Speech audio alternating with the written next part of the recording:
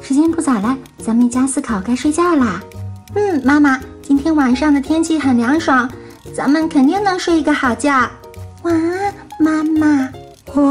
正好我也很困了。哎呀，怎么打呼噜的声音这么大呀？还让不让人睡觉了嘛？肯定是爸爸。不行，我得把妈妈叫醒，让妈妈好好管管爸爸打呼噜。妈妈，快醒醒！难道你也没有睡着吗？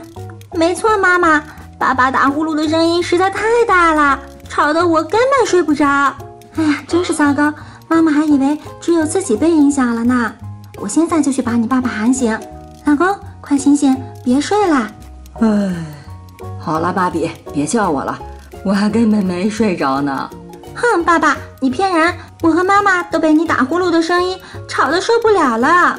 就是啊，老公，你打呼噜的声音这么大，实在太让人讨厌了吧？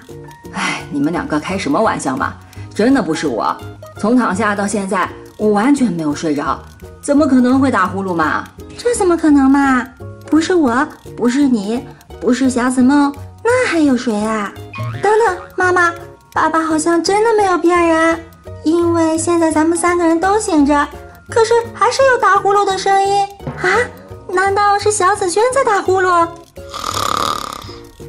没错呀，妈妈，真的是小紫萱。不会吧？怎么会是她啊？年纪这么小的小宝宝竟然会打呼噜，而且声音还这么大，这可怎么办才好？总不能把她叫醒，不让她睡觉了吧？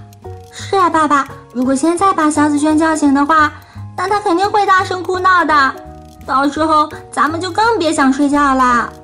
算了，现在总算找出来到底是谁在打呼噜了，可是咱们也没有什么好的解决办法，看来只能忍一忍了。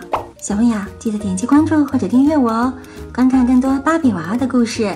你们知道我们家里究竟是谁在晚上睡觉的时候打呼噜呢？记得留言告诉我哦，让我们下集再见吧。